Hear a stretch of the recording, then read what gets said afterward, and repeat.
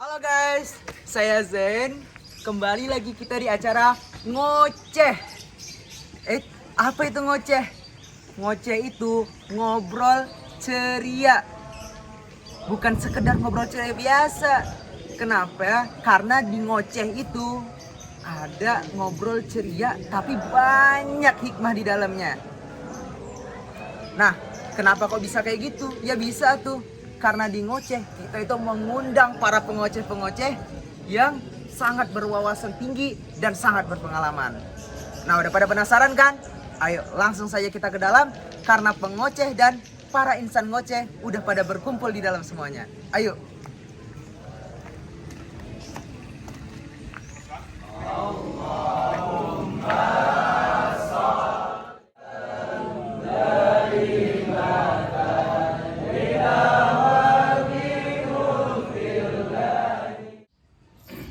Assalamualaikum warahmatullahi wabarakatuh. Baik, terima kasih kepada Ibu Elis karena telah memberikan saya satu kesempatan untuk bertanya. Nah, yang ingin saya tanyakan adalah bagaimana penerapan moderasi di negara kita ini, terutama moderasi Islam. Sekian pertanyaan saya. Wassalamualaikum warahmatullahi wabarakatuh. Oke, menjadi role model berarti suatu pekerjaan berat ya, satu amanah, satu tanggung jawab yang luar biasa. Karena menjadi role model tentunya kita akan menjadi acuan ya. Bukan berarti kita nggak boleh salah, tapi setidaknya kita harus pertama adalah memilih knowledge dulu tentang apa itu namanya moderasi ya. Jangan ditukarkan moderasi nanti dengan liberasi, dengan radikalisasi gitu ya, dan lain sebagainya dengan paham-paham yang lain ya.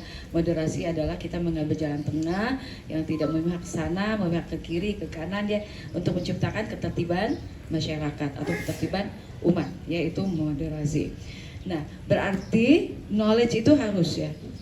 Kita belajar dari buku, kita dari kitab, kita banyak melakukan diskusi, kita banyak menyerap dari para intelektual, dari para tokoh, dari para pemikir tentang moderasi. Apa itu moderasi yang sebenarnya?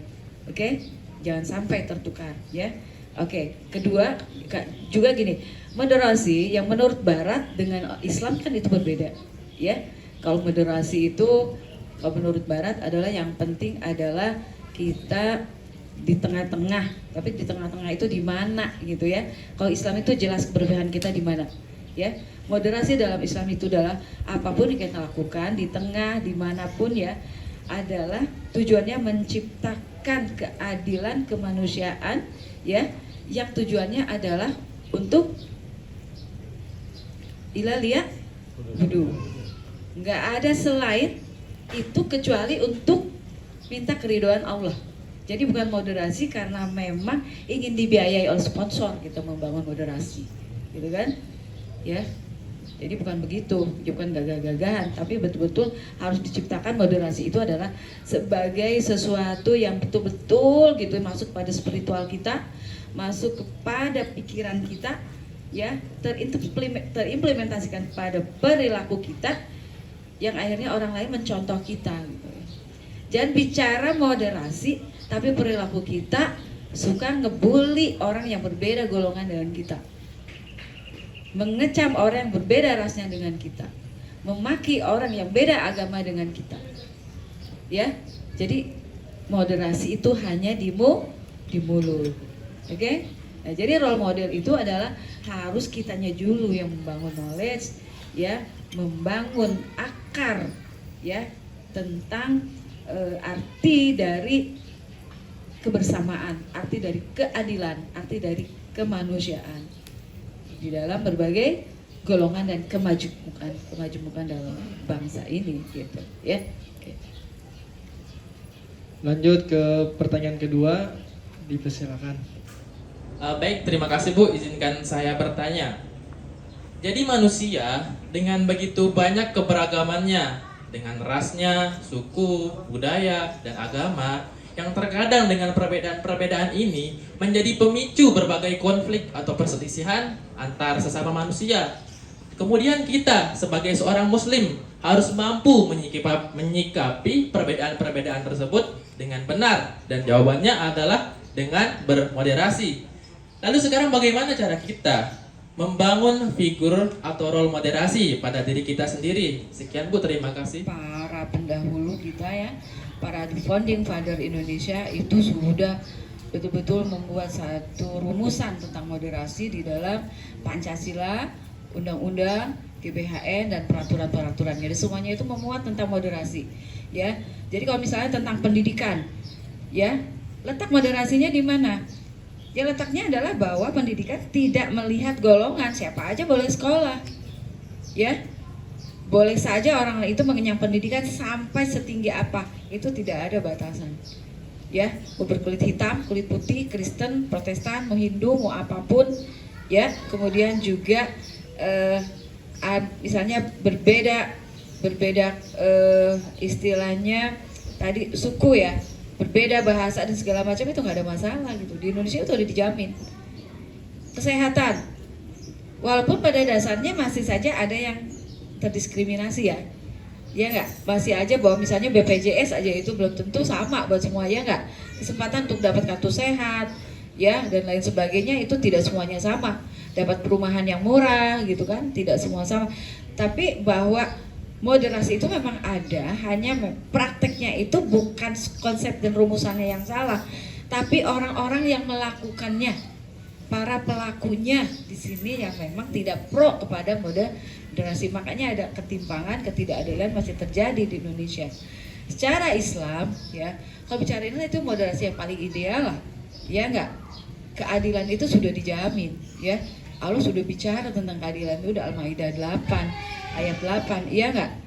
Itu sudah di sana. Mau bicara apa lagi tuh?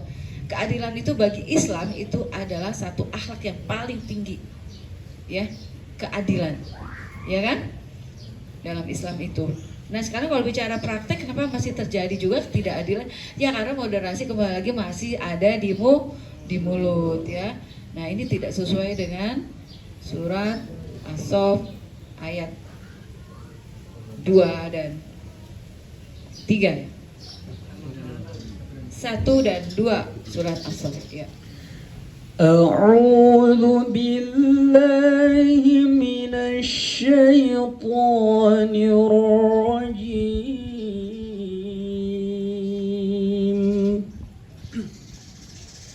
بسم الله الرحمن الرحيم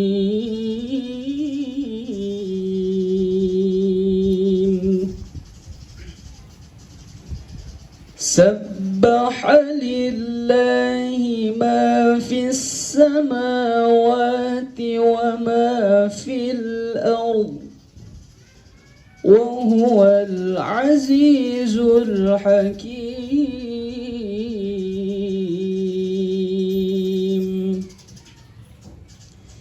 يا أيها الذين آمنوا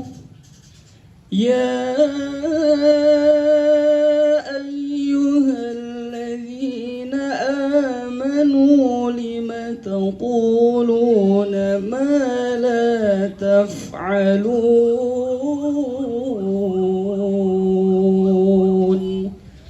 صدق الله العظيم.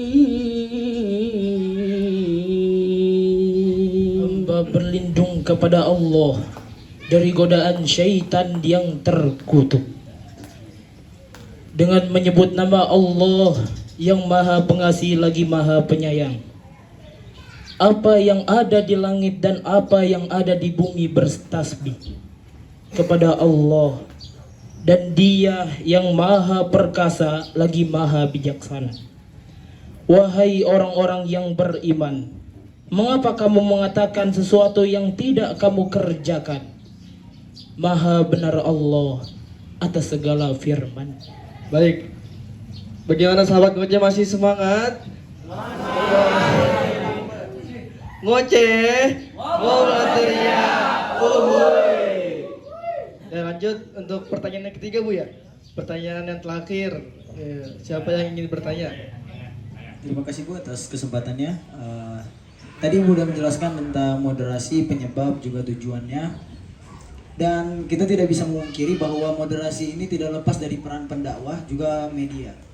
Yang ingin saya tanyakan, lalu bagaimana tentang peran juga cara media juga pendakwah untuk moderasi yang ada di Indonesia ini? Sekian Bu, terima kasih. Oke ya, jadi banyak sekali tokoh-tokoh moderasi di Indonesia ini ya yang sudah memiliki skala internasional. Nah, tapi bahwa moderasi di Indonesia masih tinggi, ini kenapa? Ini berdasarkan banyak penelitian ya. Karena setiap hari kegaduhan-kegaduhan ya, keributan-keributan akibat moderasi itu naik ya, lebih tinggi dibanding sebelum pemilu tahun 2014 ya. Jadi di 2014 ini angka ketidaktoleran atau intoleransi ya, dan praktek-praktek yang tidak moderat ya, tidak mengutamakan moderasi itu jauh lebih tinggi dibanding sebelum pemilu 2014. Kita tidak menyalahkan pemerintah, tapi ini nyata karena apa? Berdasarkan penelitian hasil kajian ya. Nah, ini kita harapkan pada para tokoh untuk lebih giat lagi ya, untuk menjadikan moderasi adalah bukan hanya di mulut, bukan hanya wacana, tapi dalam bentuk gerakan, bentuk tindakan dan perilaku. Imbauan yang betul-betul nyata. Hukum juga harus berlaku dengan tegas untuk bisa menindaki aktor-aktor yang berbuat intoleran dan tidak menganut moderasi ya, seperti itu. Oke, itu saja. Tapi kita generasi milenial ya, yang memang menjadi sebuah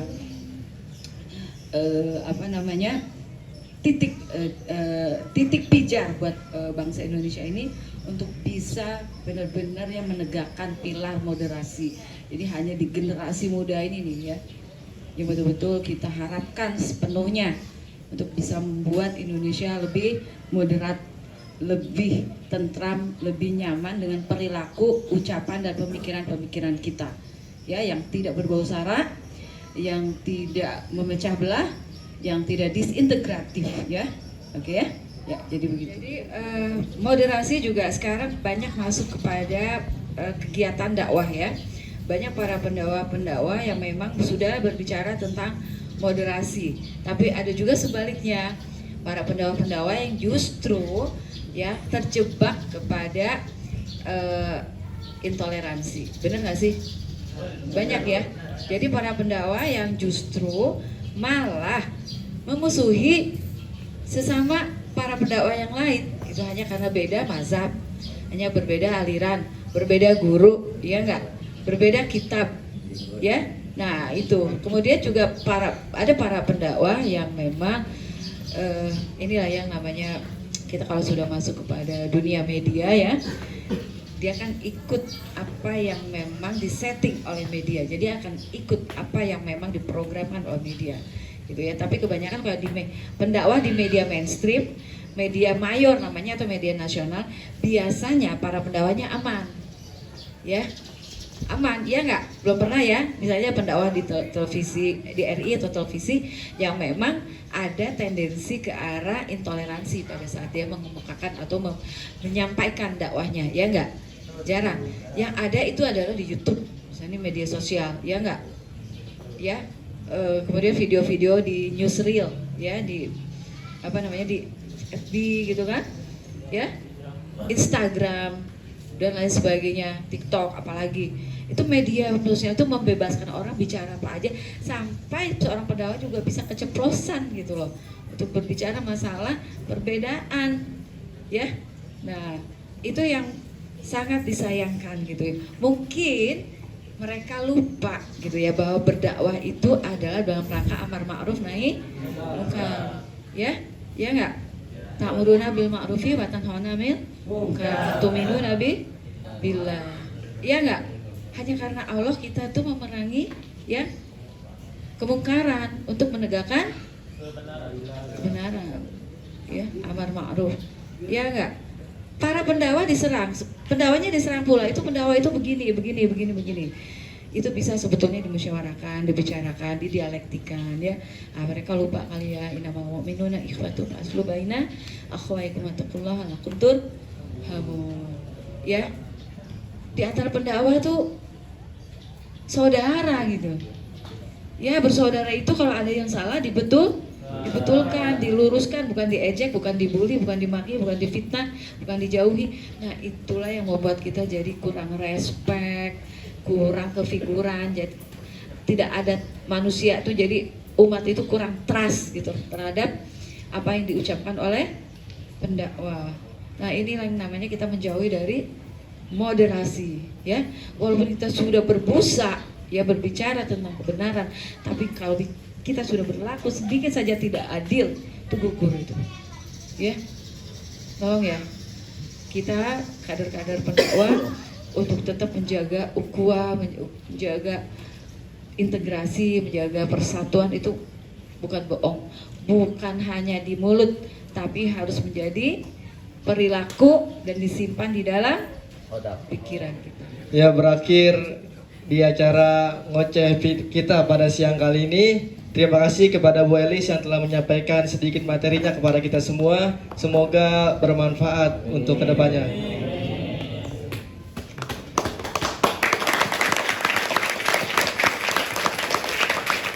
Oke, gimana sahabat ngoceh? Ngobrol ceria. Saya selaku pemandu acara pamit undur diri. Apabila ada kata-kata yang salah, itu datangnya dari saya.